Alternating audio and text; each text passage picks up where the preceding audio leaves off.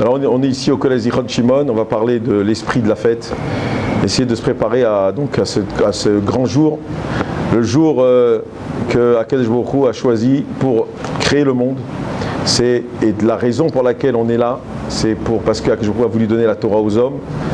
Et c'est le jour qui est le plus important pour un juif et pour l'humanité, puisque le Ham Israël, il représente le peuple qui en fait est le peuple élu, et à partir de ça on a des obligations, et de recevoir la Torah c'est une chose extraordinaire qui nous a été donnée, c'est un privilège, et on va essayer de comprendre c'est quoi en fait le don de la Torah, c'est quoi Kabbalat Torah, c'est quoi recevoir la Torah. Alors le Rav Moshe Shapira, il veut donner une idée. Il dit une chose pareille. Il dit qu'en fait, on va essayer d'exprimer cette idée. Il dit que ça veut dire quoi le Mahamad Har Sinaï? Qu'est-ce que ça veut dire que on a vécu ce moment incroyable qui est le don de la Torah au Har Sinaï? Ça veut dire que à partir de ce moment-là, la parole d'Hachem, le dibour d'Hachem, la parole d'Hachem, elle a été perçue comme une réalité. C'est-à-dire que à partir de ce moment-là, la seule vraie réalité du monde, c'est la parole d'Hachem. C'est-à-dire ce que lui, Hachem, il a dit, c'est la réalité du monde, et tout ce qui est en dehors de cette parole, c'est de l'illusion, c'est un dimion. Ça, il explique. C'est un rêve. C'est-à-dire que tout celui qui ne suit pas les paroles d'Hachem, il vit dans un rêve. C'est une mitziout, en fait, il est dans une réalité qui n'existe pas. Aïnou kecholmim, comme si qu'on rêvait. D'accord? Et ça, c'est en fait, c'est le chidouche, c'est la nouveauté du Mahamad Har Sinaï. C'est que quand Akadosh Baruch Hu il a dit Lo tirtzach, vous n'allez pas tuer, il a quelque part inscrit cette parole dans la réalité. Et que celui qui tue, celui qui vole, eh ben, il n'est pas dans ce monde. Il est complètement, il n'est pas là. Donc, la parole d'Hachem, c'est la seule vérité. C'est ça qu'on doit se rappeler. C'est toujours ce rappel qu'on doit avoir, que la parole d'Hachem, c'est la réalité et c'est la vérité du monde. Ça, c'est Mahamad Har Sinaï. C'est ça qu'ils ont reçu le Ham Israël. Maintenant, on a un vrai problème. C'est que le Mahamad Har Sinaï, ça y est, c'est passé, c'est il y a 3000 ans. Et cette parole, on peut vite l'oublier. On peut vite rentrer dans le rêve. C'est très dur. Ça veut dire c'est très dur de rester et de se dire, il faut que je me rappelle que Akadosh Baruch Hu, il nous a parlé. Et c'est la seule vérité. Et je ne peux pas rentrer dans le monde du rêve. Il faut que je reste quelque part collé à ça. C'est toute ma vie. Alors Akadosh Baruch Hu, il nous a fait une grande bonté, c'est qu'il nous a donné des Nevi'im, il nous a donné des prophètes. Les Nevi'im, c'était quoi leur but, leur objectif? C'était toujours de rappeler la parole d'Hachem. Regardez bien, quand il y a une chose incroyable, c'est que il y a une halakha comme ça, que lorsqu'on fait le maftir, on ne dit pas au Valet Tzion. Et quand il n'y a pas de maftir, on dit au Valet Tzion. Même Mincha de Yom Kippour, par exemple, il y a un maftir, on est maftir Yona, on ne dit pas au Valet Tzion. Pourquoi? Parce que quand il y a un prophète qui parle, lui il représente la parole d'Hachem. Si il n'y a pas d'Haftara, alors on va dire au Valet Tzion. C'est quoi au Valet Tzion? C'est le prophète qui nous parle et qui nous dit voilà Hachem, ce qu'il veut, il attend de nous. Vani Zot Beriti, ouais. Lo yamush sefer Torah mipicha, mipi zaracha. Cette Torah, elle sera plus écartée elle restera dans tes générations et dans tes enfants et tes petits-enfants. C'est ce qu'on nous rappelle, la parole du prophète. C'est pour ça que Valet Tzion, on le dit à la fin de la tfila pour toujours nous rappeler qu'il y a cette parole. Mais cette parole, c'est pour nous rappeler le Har Sinaï. Parce qu'on a besoin toujours de se rappeler de ce Mahamad Har Sinaï. Et ce qu'il y a d'extraordinaire, c'est que le Ramban, le Rav Shapira, il ramène la Ramban dans Parashat Trouma qui dit pourquoi Hachem il nous a commandé de faire le Beth Amikdash. Alors le Rambam, Maïmonide dit parce que on doit amener les korbanot, parce qu'il y a une mitzvah de monter au Beth Amikdash, la mitzvah de Re'iyah. Il dit le Ramban dans Parashat Trouma, regardez-le, il est extraordinaire. Il explique une chose incroyable. Il dit qu'en fait le Beth Amikdash, c'est le rappel du Mahamad Har Sinaï. C'était à partir du Beth Amikdash que la parole d'Hachem, elle était retransmise au travers des Kruvim, du Aaron HaKodesh, et que le Aaron HaKodesh qui représente la Torah, et la parole d'Hachem, elle sortait du Kodesh HaKodashim, de ces Kruvim, et les gens, ils entendaient au Mishkan, ils entendaient Moshe Rabbeinu, ils entendaient quelque part Moshe Rabbeinu qui parlait, que Hachem il parlait au travers Moshe. C'était la parole d'Hachem qui sortait de la bouche de Moshe. Donc, finalement, il faut garder cette réalité de la parole d'Hachem, mais pour le garder, on a besoin de rappel. Or, aujourd'hui, on est comme des orphelins, parce que qui c'est qui va nous rappeler le Mahamad Har Sinaï? Qui c'est qui va nous faire vivre le Mahamad Har Sinaï? Personne. C'est pour ça que je pensais qu'il y avait quelque chose de très intéressant, c'est qu'on nous dit de manger du halav. Pourquoi on dit manger du halav? Pour nous se rappeler que lorsqu'ils sont descendus du Har Sinaï, ils n'avaient pas à manger et ils ont mangé le halav. Pourquoi? Parce qu'il fallait chochet l'animal et on n'avait pas le temps, ils avaient faim. Donc ils ont mangé ce qu'il y avait ce qui était à leurs mains. Donc c'est pour ça que on mange du halav. Le Mishnah Bora il dit on se rappelle de ce moment-là. Pourquoi? Il y a plein encore d'explications. Il y a beaucoup d'explications pourquoi on mange le lait. Le lait, c'est la rachamim, c'est bon. Mais ça représente la Torah. Donc tout ça, ça veut dire quoi? Ça veut dire que, aussi, ce qui est important aussi, par exemple, on dit c'est bien de décorer la maison avec des fleurs. Le Ham Israël, il est comparé à la rose. C'est bien de prendre des roses. Pourquoi? Parce que le Beth Amikdash, parce que le Mahamad Har Sinaï, il était entouré de roses, de fleurs. Il était entouré d'une pelouse extraordinaire. Et il y en a qui mettent des assévim. Les assévim, c'est des herbes, je sais pas, c'est des petites plantes ou bien tout ça comme si qu'on décorait, c'est comme si qu'on voulait revivre le Mahamad Har Sinaï. Comme si qu'il fallait quelque part revivre ce Mahamad. Pourquoi? C'est important. Moi je dis que c'est très important ça, même que c'est quelque part une coutume. Mais ce minag, Rabotai, il est plus important que tout. Je pense qu'il n'est pas moins important qu'il est étudié la nuit. Que quand tu rentres chez toi à la maison, les enfants ils voient aussi, qu'est-ce qui a changé? Il y a des fleurs différentes, on mange le halav. Ça veut dire quoi? On fait agvina. C'est que finalement on veut nous faire revivre ce Mahamad Har Sinaï. On veut revivre parce qu'on est perdu quelque part dans l'année. On n'arrive pas à vivre la parole d'Hachem. C'est tellement facile de vivre dans le rêve. Moi je dis que quand on voit une personne dans la rue, il faut lui donner un petit coup comme ça. Si, qu'est-ce que tu as là? Pourquoi tu me frappes? Non, c'est pour te réveiller. Parce qu'on est tous en train de dormir. Vous savez, il dit Rav Shapira, il dit celui qui dort, celui qui rêve, c'est celui qui dort. Dormir, c'est donner l'espace au rêve. Et lorsqu'on se réveille, il n'y a plus de rêve. Le problème, c'est qu'on tous on dort. On vit un monde où on est complètement endormi. On nous endort et on veut nous faire vivre dans un rêve. Je me rappelle, il y avait un rave qui s'appelait le Rav Medina. C'est d'ailleurs le beau-frère de Rabbi Moshe. Il nous avait dit, il y avait très très longtemps, il y a une trentaine d'années, il avait dit à mon père, il dit l'âne, lorsqu'il concasse les olives, alors il tourne autour, d'accord, il fait des milliers de tours jusqu'à que les olives sont concassées. Il dit, mais pour pas qu'il ait la tête qui tourne, il lui met un bandeau noir, et puis lui, il imagine qu'il est sur une plaine, dans la pelouse, avec un soleil, au haut de la montagne, et en train de kiffer, comme on dit. Mais lui, en fait, il tourne. Il dit, il y a quelque chose d'incroyable, qui est l'argent. L'argent, on peut lui mettre devant nous, et puis on commence à rêver. Et on oublie de vivre. Mais en fait, on tourne autour du monde. Toute sa vie, le gars, il a acheté sa voiture, il a acheté son appartement, toute sa vie, il a couru après ça. Et puis quand il arrive à la fin, il dit, mais c'était qu'un rêve. D'ailleurs, les gens, quand ils partent en vacances, ils me disent toujours, c'est marrant, on est passé une semaine, je sais pas où, en Floride ou en je sais pas où, et puis après, tout d'un coup, ils se disent, c'est passé vite, je sais pas, c'était comme un rêve en fait. On n'arrive pas à vivre. Ils font des photos d'ailleurs. Ils font des photos, ils font la caméra, ils filment. Ils ont besoin de revivre le moment parce que c'est passé comme un rêve. Mais un moment, un vrai moment, on ne peut pas l'oublier, c'est marqué en nous. Pourtant, tu dis, mais attends, j'ai kiffé, j'ai été.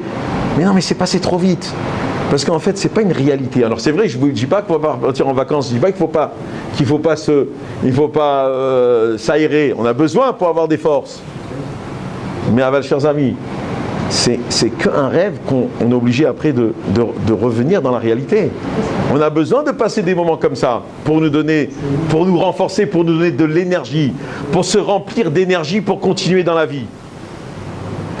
Mais c'est pas ça la vie. C'est pas ça la vie. La vie, c'est la Torah. Alors vous allez me dire, d'accord, la Torah. Il y a une question incroyable. Il y a une question incroyable, c'est que c'est marqué que Shavuot, ça s'appelle Chag HaKatzir. La fête, on va traduire ça en français, de la moisson, ils appellent ça, la récolte, la moisson. Et ce qui est intéressant, c'est que, quel rapport Shavuot, Matan Torah, avec Chag HaKatzir, avec le moment de la moisson? Quel rapport? Quel rapport maintenant on va récolter nos champs? On va dans nos champs et on fait la moisson. Alors c'est vrai qu'il y en a qui ont pris ça un peu à la légère, Shavuot, à cause de ça. Ils ont dit Chag HaKatzir. Mais c'est Matan Torah, c'est pas Chag HaKatzir. C'est Matan Torah, Rabotai. Toute la nuit on étudie la Torah. C'est quoi cette histoire de moisson là? Attends Merilel, il faut comprendre ça. Écoutez, la réponse vous la connaissez en fait. La réponse vous la connaissez. Je vous ai déjà dit ça. En Kiddush et l'abîme comme Seouda. Le Inyan de la Torah, écoute bien Raphaël, le Inyan de la Torah c'est comme ça. C'est que maintenant qu'on a la Torah, on peut vivre dans ce monde. Ça c'est extraordinaire ce que je vous dis. Maintenant que Akadosh Baruch Hu nous a donné les lois pour vivre, alors maintenant je peux aller dans mon champ, je peux aller moissonner, je peux aller manger, je sais comment avoir une vie intime avec ma femme, comment rentrer dans la vie de tous les jours, comment manger, comment faire des choses qui sont tous les jours physiques. Mais si j'avais pas la Torah, ça aurait été très dangereux d'être dans un monde tout à fait physique, tout à fait matériel. Mais maintenant que j'ai la Torah, alors je peux vivre dans un monde matériel. Maintenant je peux kiffer mon matériel, je peux élever le matériel. Maintenant je sais que, c'est ça qu'il faut bien comprendre à votre taille. Maintenant qu'on a la Torah, on a des règles. Maintenant qu'on a des règles, alors tu peux vivre tranquillement, tu es sûr de ce que tu fais. Et tout ce que tu fais, c'est barour, c'est clair. C'est pour ça qu'on a fait la halachot au préalable, pour bien comprendre que finalement, tout ça, c'est ça qui nous élève. C'est ça qui élève le monde matériel. En Kiddush Elam comme Seouda. C'est pour cela que la Gemara dans Psachim, elle dit qu'à Shavuot, elle dit la Gemara, que bien qu'il y ait une marque entre Rabbi Eliezer et Rabbi Yehoshua, à savoir, est-ce que Yom Tov, c'est on doit tout donner à Kadosh Baruch Hu, on doit étudier toute la journée, ou bien on fait moitié, on mange, on dort et on étudie. Il dit bon, ça c'est une discussion. Mais quand on arrive à Shavuot, Ba'inan Lachem, Chatzio Lachem, d'après tout le monde, on doit faire, on doit bien manger, on doit bien kiffer, on doit bien. Alors, la Gemara, qu'est-ce qu'il répond? Il dit quel rapport? Quel est le pourquoi à Shavuot? Il dit non, parce que le Shavuot, Yom Shenitna Bo Torah, c'est le jour où on nous a donné la Torah. Alors moi je pose une question, mais la réponse elle est plus cachée que la question. Qu'est-ce que tu me réponds? Tu aurais dû me dire au moins comme Rabbi Yehoshua, que nous l'Hachem, parce qu'on nous a donné la Torah. C'est plus problématique. La réponse elle est Rabotai. Que justement parce qu'on t'a donné la Torah, alors ça, maintenant tu sais vivre. Tu sais élever le monde physique. Tu sais grandir avec ça. C'est ça la force de la Torah. C'est pas on est en train de, je veux dire, ouais, la Torah, la parole d'Hachem, c'est la vérité. Ça a l'air angoissant. Au contraire, c'est la seule réalité. C'est la seule réalité. Maintenant, justement, au contraire, aujourd'hui, les scientifiques, que ce soit au niveau technologie, au niveau scientifique, à tous les niveaux, ils se rendent compte que ce que les ont dit les Chachamim, ce que la Torah nous avait dit déjà de ne pas manger ça. Nous, on ne fait pas ça parce que ça crée des maladies ou bien parce qu'on a une raison. On le fait parce que c'est Hachem qui nous a dit. Mais eux, ils découvrent doucement que finalement la Torah c'est Emet. Ils comprennent que finalement c'est tout ce qui a marqué, c'est la seule réalité, le reste c'est du rêve. Donc c'est ça Mahamad Har Sinai Rabotai, chers amis, c'est ça.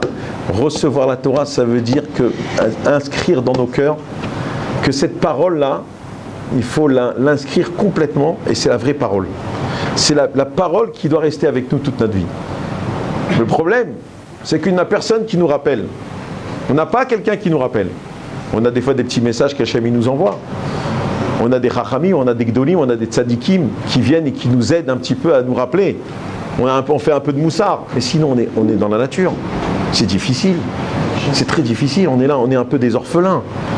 Parce que même en Eretz Israël, c'est pas évident. Même on a des rabbanim. Il y a des controverses entre les rabbanim. Alors à qui on se rattache pour inscrire ça, pour inscrire les paroles d'Hachem? Qu'est-ce que Hachem il a dit? Des fois on se dit c'est une marloquette, mais qu'est-ce qu'il dit? Ça c'est un enjeu incroyable, c'est un défi incroyable. Donc en fait, l'idée c'était du Rav Shapira, c'était justement ça, c'est de essayer de revivre le Mahamad Har Sinai. La Hava et la Yira. Et c'est quoi la Hava? Il a donné un exemple, c'est quoi la Hava? C'est quoi l'amour? Il a amené au nom du prix de Tzadik. C'est Kachou, on prend un peu au Shalom Bayit. Il dit c'est quoi l'amour? Il a dit l'amour c'est celui qui est prêt à annuler son ratson pour le ratson de l'autre. Comme ça il dit le prix de Tzadik. Tu annules ta volonté pour la volonté d'autre. Tu annules ta volonté propre pour la volonté d'Hachem. Même mon fils qui m'a appelé pour me poser une question, il voulait que je lui donne un psaque pour quelque chose. Et je lui ai dit la vérité, je ne peux pas te répondre. Parce que j'ai trop d'amour pour toi et je ne pourrais pas être objectif. C'est-à-dire que je sais quelque part que peut-être qu'il faut que je te dise non, mais j'arrive pas. C'est-à-dire, j'arrive pas quelque part à te donner une bonne réponse parce que je t'aime trop. Et je vais être mévatel, mon ratson. Je vais annuler ce que je pense qu'il ne faut pas, et je vais dire non, parce que je sais que toi tu veux, alors je vais dire oui pour toi. Alors je dis appelle ton grand frère, il va peut-être lui te répondre. Mais moi j'arrivais pas. Donc ça veut dire que j'ai compris, à partir de là, j'ai compris que l'amour que j'avais pour mon fils, ça veut dire quoi? Comme il dit vrai dans le prix de Sadik, c'est que j'étais prêt à annuler mon ratson pour le ratson de mon fils. Ça c'est Avraham Avinu. Avraham Avinu, il était prêt à annuler son ratson pour Akadosh Baruch Hu. Il dit c'est pour ça que le Haïl, il a dit, c'est marqué dans le pasuk, Haïl Tachat Bno. C'est quoi Tachat Bno? C'est-à-dire que tout l'amour qu'il était prêt à sacrifier pour son fils, il est rentré dans le Haïl. L'amour qu'il avait, elle s'est plaquée dans le Gdi, dans le Haïl, pardon. C'est pour ça que le Haïl, on l'a décomposé, et avec chaque membre, on en a fait quelque chose de symbolique. Par exemple, le shofar de Matan Torah, on l'a fait avec le Haïl de Avraham Avinu. Parce que on nous demande d'avoir cet amour pour Akadosh Baruch Hu. C'est pour ça qu'on fait le shofar Kiat Shofar de Matan Torah.